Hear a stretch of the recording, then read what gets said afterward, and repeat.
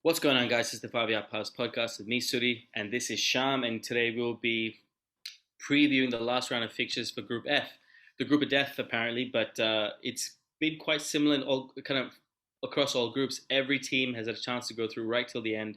Again, like we said, besides Turkey and North Macedonia. But this group has been particularly interesting because every team has either turned up or not turned up for games. In particular, we'll talk about Germany versus Portugal. 4-2, what a game. And funny enough, everything we kind of said would happen happened. Jota turned up, Kimmich turned up, Ronaldo turned up. But it was a game where the Germans decided to put the past 3 years behind them and play maybe their best game since they won the World Cup against, against France. Wow, I mean, it was incredible. I thought they played the best football I've seen in years. They looked mechanical. They looked robotic. When I say, I mean in the best way possible. They looked finely tuned, and everything worked out well, man. And I have to say, everyone was talking about Gosens' kind of man of the match performance, which he arguably had a man of the match performance. But I think Kimmich played amazingly. He really ran the show. He was kind of a drifting inside winger, a very interesting position that's made up for him because he needs to play. But there's also Tony Cruz there. What did you think of the game, Sean? I thought it was an incredible game to watch from the neutral perspective. Oh yeah, and everything you said about Germany is right. Like, just it was so much of the intent that they had. I hadn't really seen that much intent from them. It almost looked a bit like they go score every time they move forward. And particularly going 1-0 down. Like there was a good goal by Portugal on the break. Jota found Ronaldo. Ronaldo, I think, ran over 90 meters to get to that ball. So that was, I think, 97 meters he ran from the time that Portugal won the ball to when he scored. So that type of goal, that could deflate you, that could knock you, that could destroy you. You've just lost to France, you're losing to Portugal. Those three teams are the last three tournament winners, of the last three major tournaments. So it's a tough group, but they just went and grabbed the game by the jugular. Portugal looked absolutely helpless. Like they didn't look. It wasn't like Germany was sort of somehow a little bit in front. Like Germany destroyed them. And Portugal's attacking players did well, but Germany just had so much of the ball. They just did really well. You're right about Kimmich. They got him on the ball a lot more. They didn't change the formation, but they changed his role. Who was it that played? So I'm just trying to look up the structure. The guy behind Kimmich, who was Ginter. Ginter was quite good in covering his space. Yeah, Ginter played quite well to create that opportunity for him. And technically he sits. He's sort of it's not the first time I've ever seen it. Seville used to do that with Dani Alves. They're basically like, he played right wing back and they all covered for him and let him do whatever he wants before he went to Barcelona. Yeah. And Maicon as well is probably the other one, the right back who dominates the whole team. So it's not unparalleled, but probably for someone who's not normally a wing back to have that freedom, they really used it really well. And they looked potent, man. The thing about the German teams in this modern era, when they score well, they score a lot of goals in a short space of time. That 7-1 win over Brazil in 2014 had 5 goals in 7 minutes or something towards the end of the first half. When they clicked, they really click, and they clicked. I thought they might edge it, but I didn't think they'd smash Portugal out of the park. And Portugal now, of all the games that they would have wanted after that game, they've got France. They should go through to the next round, but they're in trouble. We'll move into the France game, man. So France versus Portugal, it's a huge, huge game in and of itself. Portugal, I don't think much went wrong for Portugal. I just don't think they were prepared for the onslaught, a very Man City-like onslaught, a very typical German onslaught. But we're talking about this game. Reminded me, just to be quickly, just before you go on, it reminded me of Liverpool, those waves of attacks. It's when Liverpool play really well, it looks overwhelming, and that's the only other time I've seen it with Germany. Yeah. Funny that Liverpool have a German manager. Interesting. Wait. Yeah. So talking about Portugal, we've talked a lot about France. I don't want to go on too much about that, but there is a kind of narrative that's going on that Ronaldo's not letting Fernandes shine. Ronaldo takes a lot of the shine away from Fernandes. Is there any truth to that? Do you think Fernandes needs to step up by himself? What's going on there? What do you think is happening with Portugal going forward? They're not lacking goals. They just seem to not click going forward. as much as they should. I mean, they played well against Hungary. They got 3 goals, even if one was a massive own goal and they got too late. They're actually the top scorers in the group. And if I look through the other groups, Yeah, only they're the third or fourth top scorer in the they're Netherlands, the equal Italy. third, and they're the only team in the top three that haven't played all their games.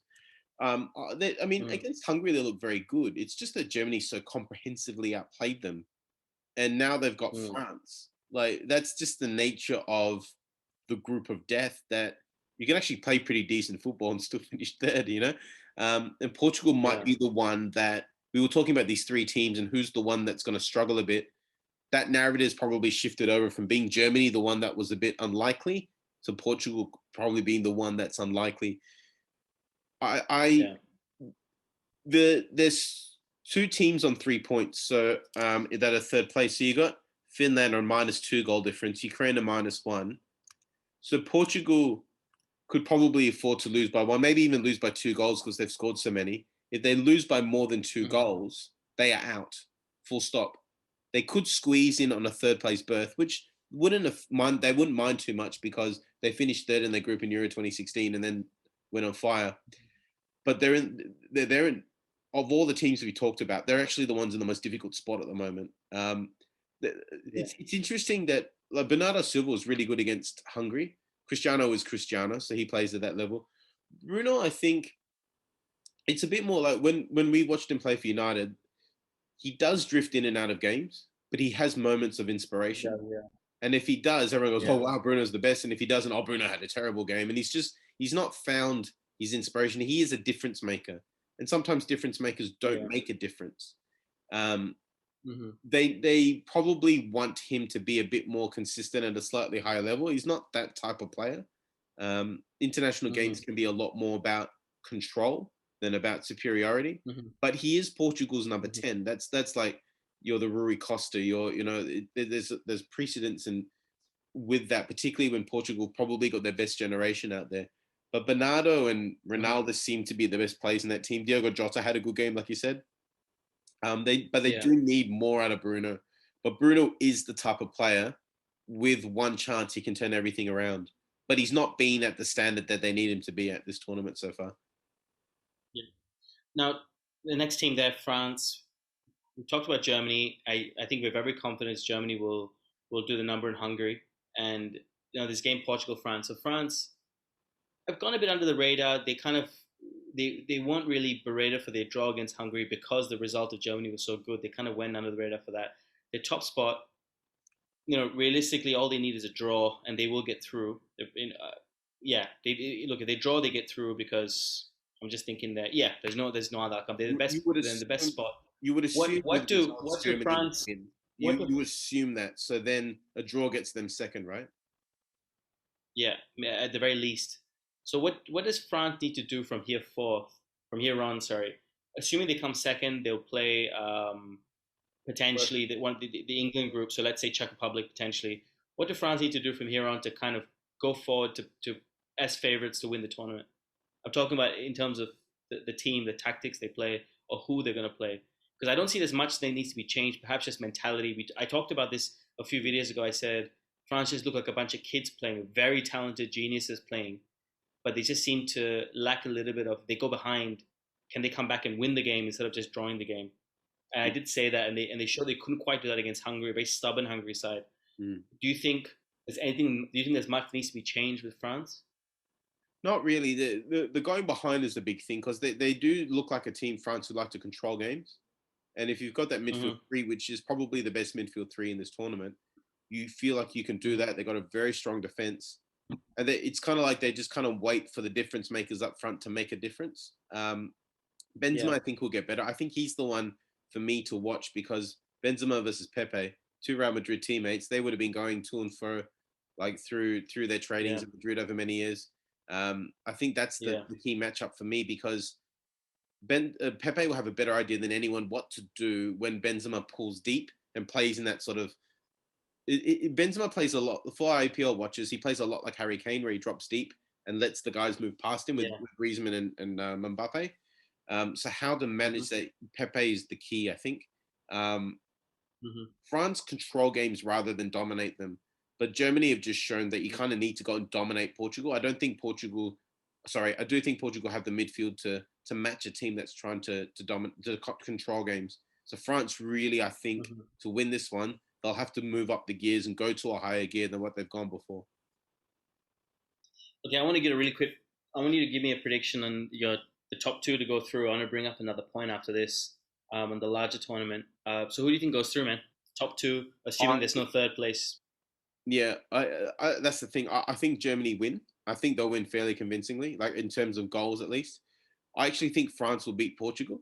The key is even if they beat them by 2 goals, Portugal probably go through. The third place teams in Group B and C, which are Ukraine and Finland, will be the ones to miss out. But if Portugal lose by 3 goals, Ukraine goes through. So on goal difference. So that's probably the key. But I see France more nicking it. I don't see France at this stage really turning it on. They didn't really turn it on the entire 2018 tournament to the final. They had a really good final. They beat Croatia 4-2, but they didn't really go into top gear until then. And I don't suspect that they would. The only thing that makes me think they might is they lost the last tournament to Portugal and would love the chance to knock them out. You would think. Yeah. So that's probably the only thing that makes me think they might actually go out there and absolutely spank France. No, I think I'm quite in the same boat. Like, do I think Germany's not going to turn up for Hungary? I think that's the only. I see a little bit of an upset there. I see maybe a draw there, but even then, even with that draw, I don't think France loses to Portugal. So even if Germany draw, France would draw. They both go through. So I agree with you in that respect. I just don't think the results will go exactly what you're saying. So what do you think the result of Portugal-France is then?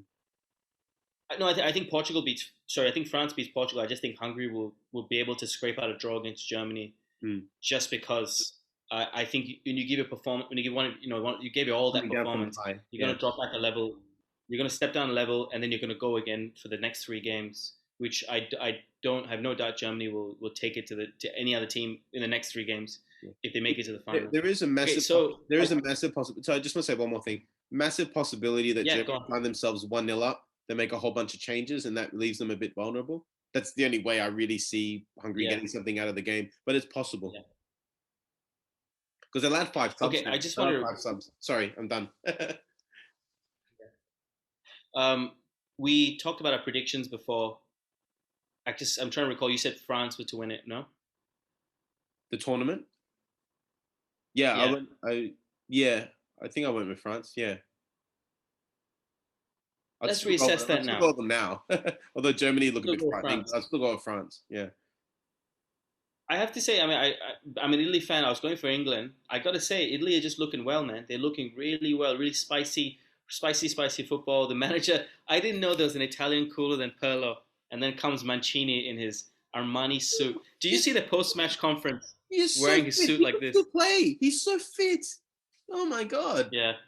It's incredible. And a point I wanted to bring up was he brought in Sirigu for Donnarumma to give every single player at least a minute of football. Yeah. Because he went to the Euro in the 1990 and didn't play a single second, and I think he never wants that for a player ever again. It's incredible man management, man. It's just the little things, you know. Imagine you're a 17-year-old. You think like, shit, man. I got 3 minutes under this guy. You be loyal to him forever. You know, they'll die for this guy in the next World Cup. They'll die for him. So I like to change my prediction to I think Italy's going to win it, man. Now a few other points I wanted to bring up was we didn't think Denmark, excuse me. We didn't think Netherlands were going to play this well. We knew they'd get out of the group, but they're playing really good football, man. Even without Van Dijk, they seem to they've conceded 2 goals in 3 games, which is very good at this level. And scored 8. They're doing it on both ends. Could they win it? You'd think that Van Dijk would affect them more defensively, but they can't do much better than that. Having De Ligt there really helps. But they're the top scorers in the tournament. It's an easier group, but you still got to put the ball in the back of the net. And they've got that energy about them as well. Like they're really having a go. And I don't think they'll win it. I think they'll walk out being able to hold their heads up high. I think they'll go quite far, but I don't think they'll win it. Yeah, Italy are the one you picked them before the tournament. I thought they'd be okay. I'm trying to find that bandwagon so I can jump on it. I'll say that much. Yeah, fair enough. All right, perfect, man. Perfect. So you stick with France. I'm gonna change up to Italy. I think Italy's gonna go all the way. Bit of a bandwagon, but I just didn't think that they have enough at the start. But I guess I was completely wrong. Oh, you thought the dark Any horses, and I closing think they're light horses. No, I get it. I get it. No, they've clicked. They've changed. They're not playing like the Italian sides of old. They see there's countries that No. moved and evolved. So Spain 10 years ago, the style evolved. You know, um, even France has evolved. Germany has evolved, and Italy is doing that now. The game looked a bit behind the times, and now looks very progressive. So kudos to them for that. Hmm. All right, perfect, Sham. Any closing thoughts on this group stage? No, I mean, there's not a lot of teams that get knocked out. I think that most teams have done about as well as we would expect. Um, Yeah. England will be interesting because England will want top spot, so that's probably one game to keep an eye on. England and the Czech Republic, just to see how that one goes. Hmm. Yeah. All right, perfect. Look, this was the Group F coverage, but we just want to talk a bit more about who we think is going to win again. It's been so far incredible Euros. Another little thing which was nice to see North Macedonia coming in, performing very decently. They lost all their games, but seeing a team like that wasn't even around, 20 years ago. What's his name? Pandev is the youngest goal scorer ever at a tournament, 37 years old. Just little things with Eriksen's incident and Denmark coming through. We have all these things that you're seeing, and Billy Gilmore's another one, playing his full international appearance and getting the man of the match. So I think it's been exciting, man. It's only going to get better the next few rounds. I'm excited to cover all of those games. Quite exciting. Yeah. Yeah, absolutely. Thanks so much for listening, guys. Don't forget to like and subscribe if you like what we say. We're the 5-Yard Pass. My name is Suddy. This is Sham. As we say here, keep football simple, and as always, keep passing, guys.